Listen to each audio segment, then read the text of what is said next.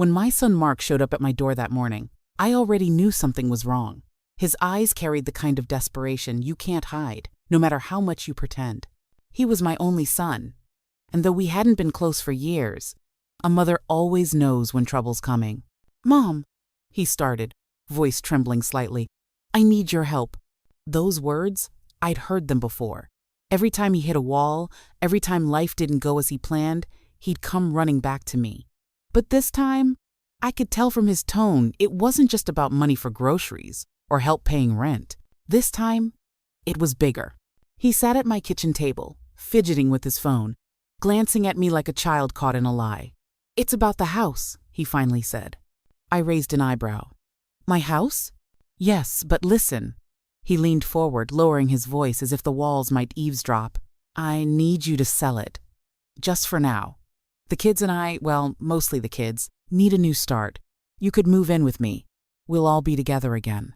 I almost laughed, but the lump in my throat kept it in. Together again? That ship had sailed years ago, right after his father died. Mark had distanced himself slowly, choosing convenience over connection. When I needed him most, he was always too busy, too tired, too far away. "Sell my home?" I repeated, tasting the words carefully. "The one your father and I built with our own hands?" He nodded quickly. "It's not forever, Mom. Just until I get back on my feet. The market's hot right now.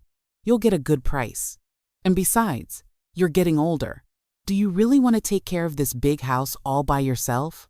There it was, that subtle blend of guilt and logic he always used to get his way. He'd inherited that talent from his father, but not his father's heart. "I'm fine here," I said quietly. "This is my home." Mark exhaled hard and rubbed his face. "Mom, you don't understand. I'm in a tough spot. I've got bills, debts, the kids' tuition, and now the bank's after me. I just need some breathing room. Please, Mom, do it for them. Do it for your grandchildren." He knew exactly which buttons to press. My grandkids, Lily and Max, were my weakness. Sweet, innocent faces who had no idea how messy the adult world could be. But something about his urgency didn't sit right. "Mark," I asked gently, "what kind of trouble are you in?" He hesitated. His eyes darted away. "It's complicated," he muttered. That was all the answer I needed. I'd heard enough "it's complicated" moments in my life to know that meant he'd dug a hole deeper than he could climb out of. I took a deep breath and reached across the table. "Mark, I love you. You know that. But selling this house, it's not a solution. It's a mistake you'll regret later." His expression hardened. "You're just being stubborn. You always are. I'm not asking you to give it away, Mom. You'll have money more than you need. I just need a little trust. I'm your son." That last line cut deep. Yes, he was my son, the boy I once held in my arms, who used to bring me dandelions from the yard, who once promised he'd take care of me when I was old. But somewhere along the line, that boy turned into a man who only came around when his own life was falling apart. I stood up, walked to the window, and looked out at the backyard. The garden was blooming, the same garden I'd planted after his father's funeral, a place that helped me survive grief. "This house," I said softly, "is the last piece of your father I have left. I'm not selling it." Mark's chair scraped sharply against the floor as he stood. "So that's it? You'd rather cling to bricks and wood than help your own family?" "It's not about that," I said, turning back to him. "It's about learning from your mistakes. Every time you fall, I pick you up, and you never learn to stand on your own." He scoffed, anger flaring. "You're unbelievable. You sit here alone in this dusty old place pretending you're fine while your family suffers. Dad would have helped me." I froze. The mention of his father, that was cruel, intentional. "Your father worked his whole life for this home. He wouldn't want me to throw it away because you can't manage your money." Mark's jaw clenched. "You don't understand. I don't have time for your lectures. If you don't help me, they're going to take everything, the house, the car, everything. I'll lose the kids." For a second, my heart softened. The thought of my grandchildren losing their home broke me. But then, I remembered all the times I'd bailed him out before. The same promises, the same pleas, the same outcomes. You need to take responsibility, I said firmly. I can't save you from yourself. His face twisted with rage. You're heartless. No, Mark, I whispered, my voice trembling. I'm tired. He slammed his hand on the table, making the dishes rattle. You'll regret this. He stormed out, slamming the door so hard that the window shook. I stood there, frozen in silence, my heartbeat echoing through the empty house. Outside, his car roared to life and disappeared down the road, leaving behind the smell of exhaust and broken promises. I sank into a chair and let the tears fall. A part of me wanted to run after him, to fix it like I always had. But another part, the part that had been ignored for too long, whispered that maybe this was the moment to finally let go. For the next few weeks, I didn't hear from him. Not a call, not a message. Until one afternoon, a man in a suit knocked on my door. Mrs. Palmer? He asked, adjusting his glasses. I'm here regarding the property on Maple Street. Your son has listed it for sale. My blood ran cold. He what? The man looked confused. He claimed you authorized it. I just need your signature to finalize the process. I stared at him, disbelief flooding every part of me. My son hadn't just asked for help, he'd tried to steal the very roof over my head. Something inside me broke that day. Not in sadness, but in strength. I realized then that love without boundaries isn't love. It's surrender. I smiled at the man, steadying my shaking hands. Thank you for letting me know. And please tell my son. I paused, taking a deep breath. He's no longer welcome here. The man blinked, unsure what to say, but I knew exactly what I meant. For the first time in years, I felt in control. That night, I changed the locks. The next morning, sunlight streamed through the kitchen window, as if nothing had changed, but everything had. My house, once filled with echoes of family laughter, now carried a new kind of silence, peaceful but resolute. The locks were changed, the papers secured, and my heart strangely calm. I sat with my tea, thinking about the boy I'd raised. I remembered how Mark used to build pillow forts in the living room, pretending to protect me from monsters. Now he'd become one of his own making, a man consumed by entitlement and debt, unable to see the damage he was causing. 3 days later, my phone buzzed. Mark's name flashed on the screen. I hesitated before answering. Mom, his voice snapped through, sharp and defensive. What the hell did you do? I changed the locks, I said quietly. You had no right. That's my home too. No, Mark, it's not. There was a long pause, then a low, bitter laugh. So that's it? You're kicking your own son out? You'd rather keep an empty house than help your family? I could almost hear the manipulation coiling in his tone, but I stayed firm. You forged my signature, Mark. That's not asking for help. That's betrayal. He didn't reply right away. When he did, his voice cracked. You don't understand. I'm drowning here. The debt collectors. They're coming for everything. I just needed a break. I thought maybe, if I sold it fast, I could buy some time. I closed my eyes, gripping the phone tightly. Do you even hear yourself? You were willing to sell your parents' home without my consent? And you justify it because you're scared? I'm sorry, okay? He exploded. I didn't mean for it to go this far. Sorry, I said softly. Won't bring back trust. He went silent, breathing heavily.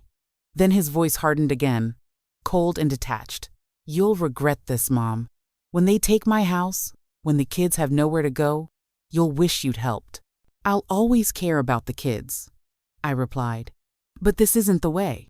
The call ended abruptly, leaving me staring at my reflection in the dark phone screen. I felt an ache deep inside, the kind of ache that only comes from realizing your own child sees you as a means to an end. That night, I couldn't sleep. The memories came rushing back. His first broken bone, his graduation, his wedding day, moments when I'd been so proud, believing I'd raised a man of honor. But life has a way of testing love's limits. By morning, I decided something needed to change. I wouldn't just defend my home. I'd protect my future. I drove to my lawyer's office, a modest building with fading blue paint and the faint smell of coffee. I need to update my will, I told her. She looked up from her desk. Is everything all right, Mrs. Palmer? I smiled faintly. It will be. Over the next hour, we reviewed documents, ensuring everything was legally secure. The house, my savings, my possessions, all would be protected under my name, and upon my passing, transferred to a local charity fund for single mothers. I knew it might sound harsh, but my decision came from a place of peace, not punishment. By the time I left the office, I felt lighter. Later that week, I got a message from my granddaughter Lily. Grandma, Daddy says you're mad at him. Did he do something bad? My chest tightened. How could I explain to a 10-year-old the complexities of betrayal? I'm not mad at him, sweetheart, I replied gently. Sometimes grown-ups make mistakes, and they have to fix them on their own. She sent a heart emoji. I love you, Grandma. Can we visit soon? Tears welled in my eyes. Of course, sweetheart, anytime. After that, I spent more time in the garden, trimming roses and pulling weeds. Each cut, each tug, felt like a metaphor, clearing out what no longer belonged. Then one evening, as the sun dipped low, I heard tires crunching on the driveway. I peered through the curtain. It was Mark's car. My pulse quickened. He stepped out, looking disheveled, his hair unkempt, his suit wrinkled. He didn't knock this time. He pounded on the door. Mom, open up! I took a breath and opened it halfway. The chain still latched. What do you want, Mark? Come on, Mom, this is ridiculous. He gestured wildly. You're locking me out of my own childhood home? You know how humiliating that is? Humiliating, I repeated. You tried to steal from me, Mark. He flinched. I was desperate. So am I said quietly. Desperate to see you become a man. His expression shifted, from anger to something close to guilt. For a moment, I thought I saw the boy he once was, but then it was gone. He sighed, running a hand through his hair. I messed up, okay? I just thought if I could get the house sold fast, I'd have a chance to fix everything. I leaned against the doorframe. And where would that leave me? He looked at me, genuinely lost. I thought, you could live with me. With us. Mark, I said gently, when was the last time you actually visited me? Not to borrow money? Not to ask for favors? Just to spend time? He didn't answer. I'm your mother, not your bank. I continued. Love isn't measured by what we give, but by what we share. You haven't shared your life with me in years. He opened his mouth, but no words came. I'm sorry, I said finally, but this door, I glanced at the chain lock, stays closed until you understand what respect means. He stared at me, his eyes wide, hurt mixing with disbelief. You've changed. I've grown, I replied. Maybe it's time you did too. He turned and walked back to his car without another word. The sound of his engine faded into the distance, leaving me in silence once again. That night, I sat by the window, watching the moonlight spill over the garden. My husband used to say, a home isn't built with walls. It's built with love and lessons. Maybe this was one of those lessons, one that Mark needed more than I did. The next morning, I called a locksmith again, not because the locks were faulty, but because I wanted to change every last one, a symbolic reset. Later that day, my neighbor, Mrs. Green, came by with cookies. Heard some shouting the other night, she said gently. Everything all right? I smiled. Better than it's been in a long time. We sat together for a while, sipping tea. She talked about her grandkids, her late husband, her garden, ordinary things, comforting things. As she left, she patted my hand. You're stronger than you look, dear. I smiled faintly. I had to be. That night, I wrote in my journal for the first time in months. I wrote about boundaries, about forgiveness, about love that doesn't hurt. And for the first time in years, I didn't feel lonely. Because loneliness isn't about being alone. It's about being unseen. And I finally saw myself again. He stood outside the gate that day, drenched in the rain, yelling my name like a man who'd suddenly remembered what regret feels like. Mom, please, just open the door. His voice was trembling. And for a moment, I almost did. But I stopped myself. Because memories have a cruel way of reminding you why the door was closed in the first place. You see, this wasn't the first time Michael had shown up after burning every bridge behind him, and it wasn't the first time he came crying when his luck ran out. But this time, something inside me was different. Something was colder, quieter. Let me take you back a bit. After he married Linda, I gave them the house. It was my late husband's wish that the home stay in the family, a warm roof for our grandchildren, a symbol of love, not greed. But once the papers were signed, the warmth left faster than I ever imagined. At first, Linda acted sweet, calling me Mom, bringing over muffins, smiling like she meant it. But over time, I could feel her eyes scanning every inch of the house as if she were counting the walls. Then came the small things, the unreturned calls, the excuses, the subtle remarks that I was old-fashioned. Michael began visiting less and less, saying he was busy with work. Then one day, I stopped by unannounced. The gate was locked. My own gate. I called his phone, no answer. I knocked, and Linda opened the door halfway. "Oh, Mrs. Carter," she said, as if she'd just seen a ghost. I was just in the neighborhood, I smiled. Thought I'd bring some cookies for the kids. She looked behind her before whispering, "Michael's not home. It's not a good time." Not a good time. I stood there, feeling the rain starting to fall, clutching a plate of cookies like a fool. I didn't even get to see my grandkids that day. A week later, a letter came in the mail, an eviction notice. Yes, you heard that right. My own son filed to transfer the property entirely under his name. I had given him rights to live, but he wanted ownership. He wanted me gone. The lawyer told me, "Legally, you still have leverage. The deed transfer wasn't completed." And that's when I realized the full weight of what I'd done. My husband had warned me years ago. "Never sign everything away, Martha. Keep the final deed, for protection." Thank God I listened. Months passed, and I heard nothing. The silence hurt more than the betrayal. My son, the boy I raised through sleepless nights, whose school fees I paid by working double shifts, didn't call, didn't visit, didn't even send a card on my birthday. But that changed one cold winter morning when a message came through from him. "Mom, I need your help. Please sell the house for my kids. We're struggling." I stared at that text for hours. My hands trembled. Was it genuine or another manipulation? Still, the mother in me wanted to believe. I invited him to talk, to come home, have dinner, clear things up. But when he arrived, he wasn't alone. Linda came too, dressed sharply, carrying papers in a folder. "Mom," she began before he could speak. "We thought it would be easier if you just signed the transfer now. The kids need stability." Her tone was rehearsed, cold, legal. I looked at Michael, my son, for some sign of sincerity, but he avoided my eyes. "Is that what this is about?" I asked quietly. "Not the kids, the house." He hesitated, then said, "Mom, we can't live like this anymore. We need control over our home." "Our home?" I repeated.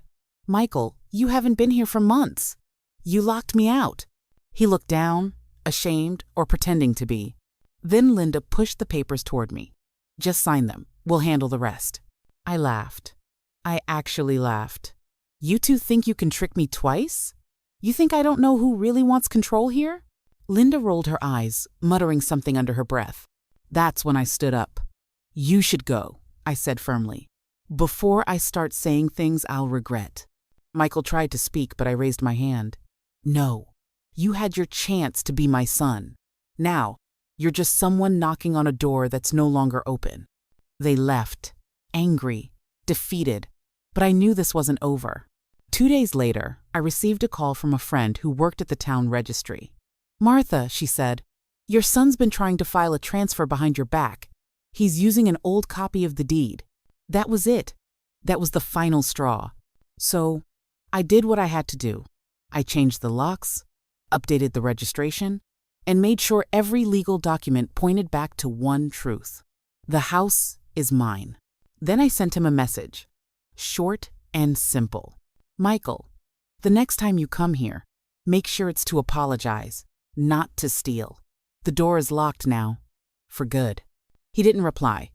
But a week later, a parcel arrived at my doorstep. Inside was a framed photo, our family, from years ago. Me, my husband, little Michael, and a note that said, "I never wanted to lose you. I just lost my way." I sat there for a long time, holding that picture, tears soaking my hands. I wanted to forgive him. I really did. But forgiveness doesn't mean forgetting what someone chose to become. So, I wrapped the photo back, wrote a small note, and mailed it to him. My note said only one thing. Sometimes, losing a home teaches you what family really means. Days went by, then weeks. I thought maybe that was the end. But life, as it always does, had one last twist waiting. 3 weeks passed after I sent that package.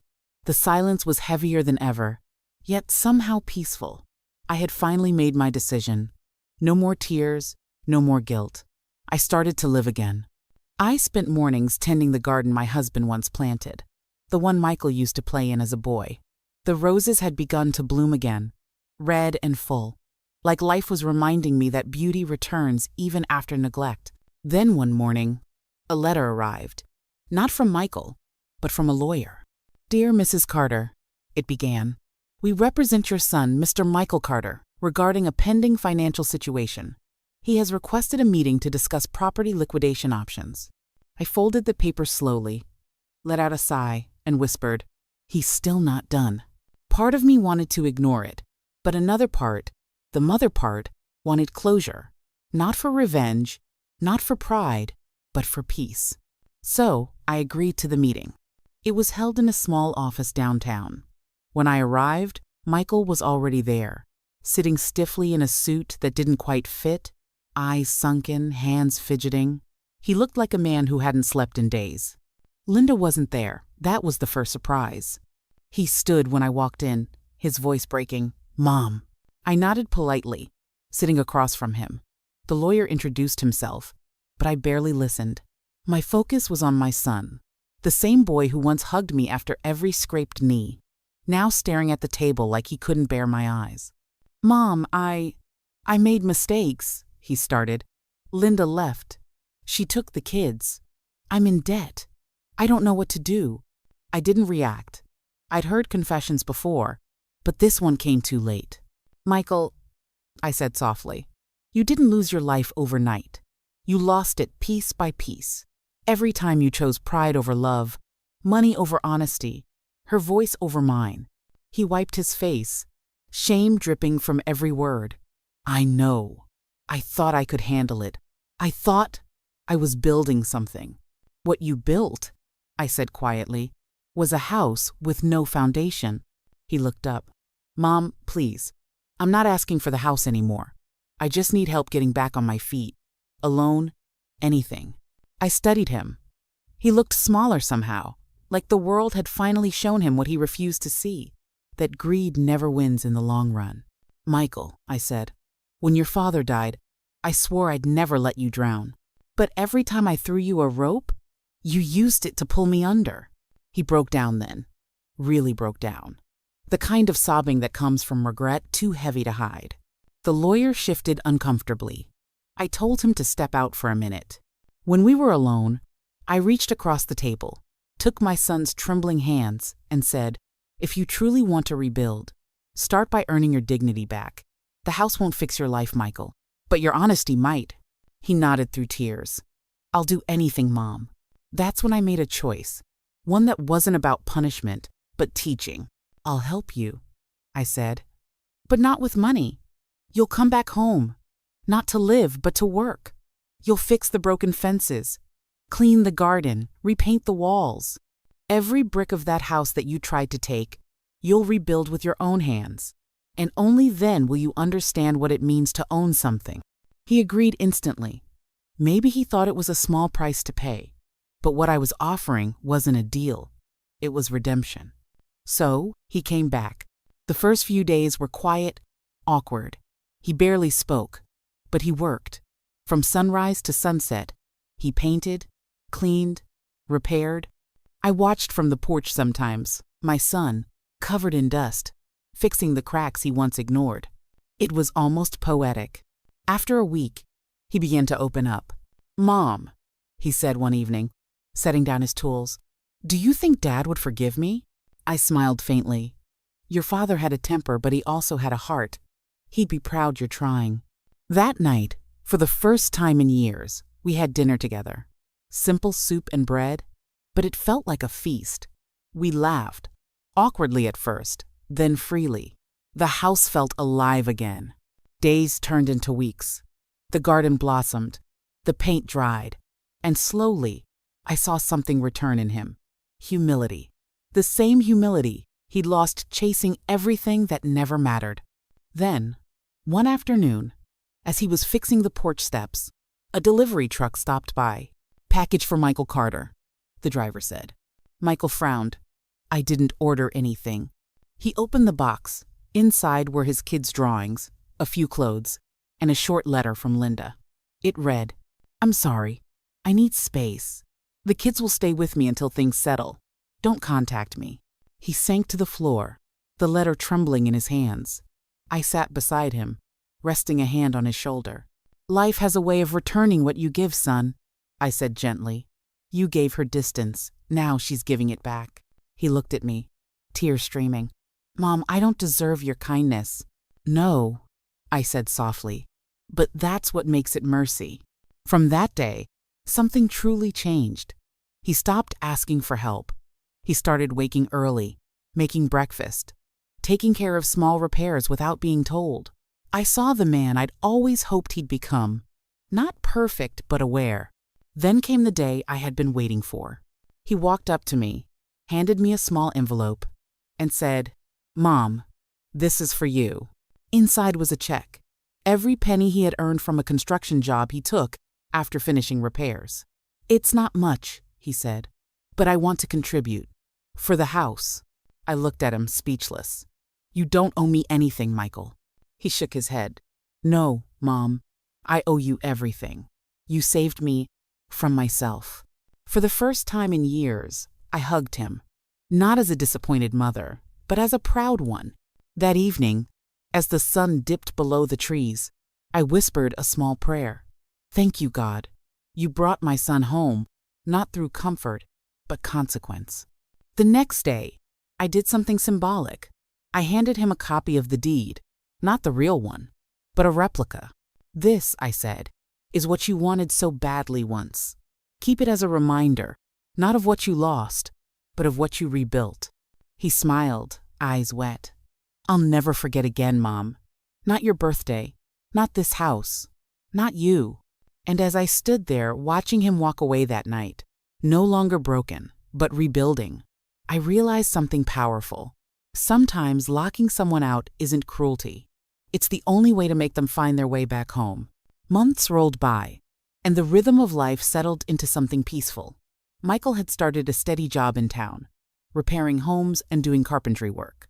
Every morning, I'd see his old truck rumble down the driveway, tools rattling in the back, and I'd smile, because it was the sound of a man finally building his life with his own hands.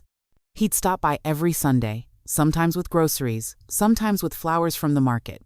The tension that once filled our every conversation had melted into something softer, respect. One Sunday, he arrived with his children. The little ones ran across the yard, laughing, the same way Michael used to when he was their age. I hadn't seen them in months. And when they hugged me, something deep inside me healed completely. "Grandma," the little girl said, handing me a hand-drawn card. It read, "Thank you for helping Daddy be happy again." I almost cried right there, not because of the words, but because they told me the story had finally come full circle. That evening, as we sat down for dinner, Michael raised his glass of water and said, "Mom, there was a time when I thought success meant taking, but now I know it's about giving, and you taught me that the hard way." I smiled, my heart full. Sometimes the hardest lessons are the ones that save us. After dinner, he walked me to the porch. The moonlight fell softly over the house, freshly painted, repaired, and alive again. "You know," he said, looking up at it, "I used to think this house was the most important thing in the world. But it's not the bricks or the walls that matter. It's what they hold. I nodded. It's never been about the house, Michael. It's about the heart that makes it home. He leaned against the railing, quiet for a moment. Mom, I used to blame you for being strict, for not giving me what I wanted. But now, I thank you for not giving up on me. I touched his arm gently. I didn't save you, son. You saved yourself. I just locked the door until you found the key. We both laughed softly, the kind of laugh that comes only when pain has turned into wisdom. As he got ready to leave, he said, I want to start something of my own someday. Maybe build homes for people who can't afford them. Real homes, Mom. Not just roofs and walls. I felt a lump in my throat. That's the best kind of dream, Michael. One that builds others while healing yourself. Weeks later, he did just that. With 2 friends from his job, he started a small renovation business. He called it Second Chance Homes. When I saw the logo, a small house with a heart inside, I couldn't stop smiling. It wasn't just a company. It was his redemption in motion. He even insisted on repainting my mailbox with his company's name as the first project. Free of charge, he said proudly. Life had come full circle, in the most unexpected, beautiful way. And then, one bright spring morning, I received a letter, this time from him. It wasn't asking for anything. It was a thank you note. Mom, it read, I know there was a day when you locked me out for good, but that lock wasn't punishment. It was protection. You saved me from losing everything. Every nail I drive, every home I fix, reminds me of what you taught me. Strength isn't taking, it's standing. I pressed that letter to my heart, tears slipping quietly down my cheeks. For years, I'd wondered if I was too harsh, too distant. But that letter told me the truth. Love isn't always soft. Sometimes, it's the strength to say no when the world expects you to say yes. That night, I sat on the porch again, the cool wind brushing my face. The same porch where I'd once watched my son walk away in anger. Now, it stood as a symbol of grace and growth. I thought of all the parents who struggle between helping and enabling, between love and letting go. It's never an easy balance. But sometimes the best way to save someone is to let them face the storm, so they can learn to find shelter within themselves. The next day, Michael arrived with his kids again. They played in the garden, laughter echoing like music. He came up to me with a quiet smile. Mom, he said, do you want to see something? He handed me a small keychain, a tiny replica of a door key.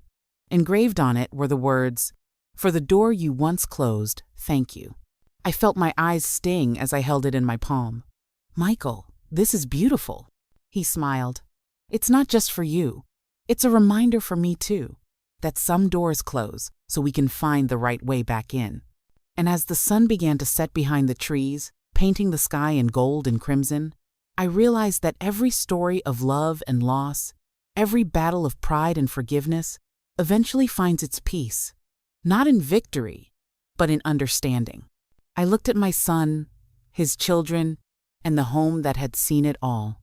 Betrayal, regret, healing, and finally, redemption. Welcome home, Michael, I whispered.